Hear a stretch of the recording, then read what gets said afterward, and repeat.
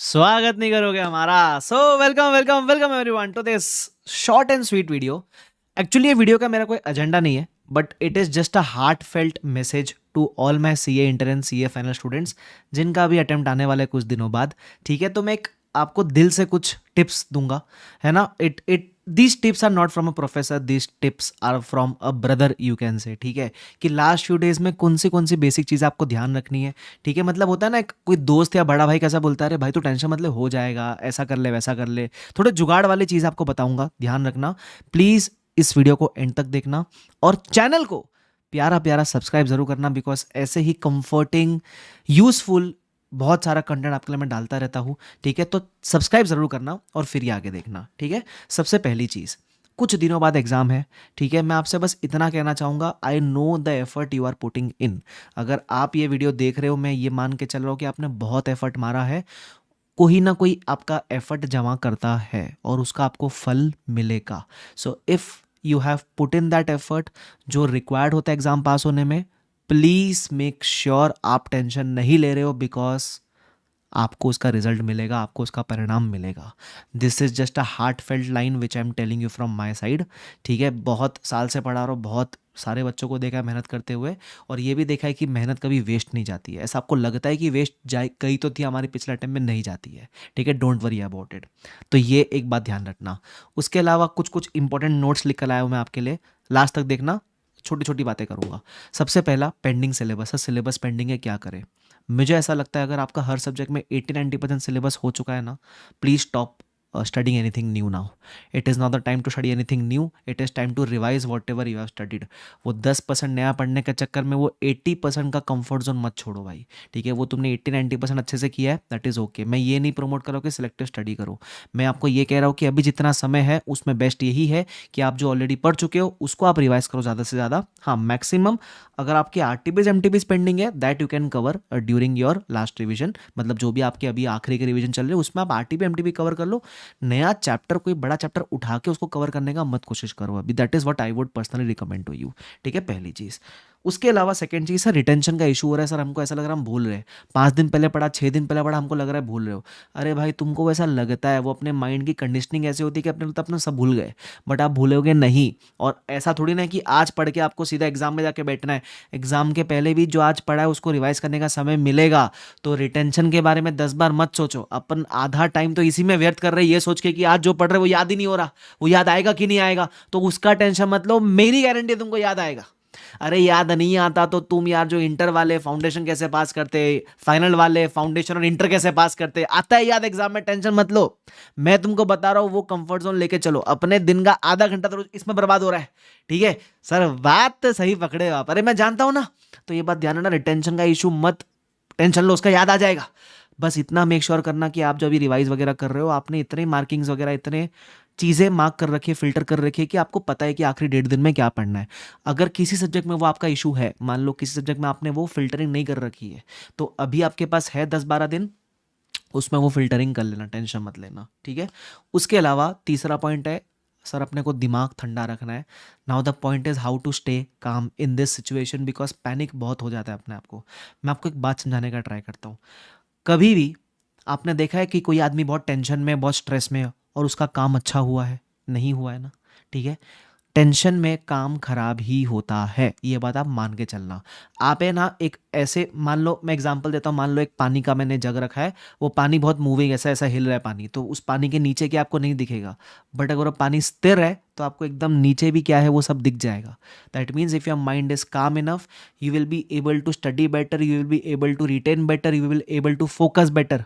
बराबर एकदम अंत तक आप चीज़ें देख पाओगे, समझ पाओगे और याद कर पाओगे। ठीक है, तो ठंडा रहना यहाँ से बहुत ज़रूरी है। और यहाँ से ठंडा कब रहेंगे सर? जब आप रिजल्ट के बारे में नहीं सोचोगे। ठीक है, एमएसडी को आप समझाते हैं, महेंद्र सिंह धोनी, वो एक बात हमेशा कहते हैं, sir focus on the process, we have to focus on the process. आपका जो रिजल्ट है वो आपके हाथ में नहीं है, बट आपकी मेहनत आपके हाथ में है। So don't worry about the result. मैं कह रहा हूँ ना, मेहनत के ना आएगा रिजल्ट पॉजिटिव आपका, टेंशन मत लो। तो वो कंफर्ट लेके ये ठंडा रखना, जितना आपसे हो रहा है उतना करो। चलो मान लो आपने 12 घंटे का टारगेट किया, 10 घंटा पढ़ाई हुआ, तो 2 घंटा जो नहीं हुआ उसके चक्कर में काम खराब मत करो। इट इज़ ओके, होता है यार, इंसान है, भगवान थोड़ी ना, रोबोट थोड़ी ना, इंसान ही है अपन।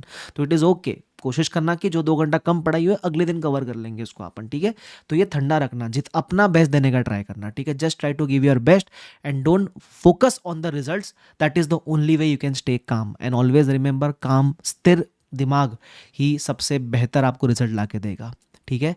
उसी के साथ लिंक्ड है सेल्फ डाउट, सर मेरे से होगा नहीं होगा, इतने अटेम्प्ट हो गए सर, कब से नहीं हो रहा है सर, याद आएगा। ये सेल्फ डाउट जो है ना, this will always kill more dreams than failures will ever do.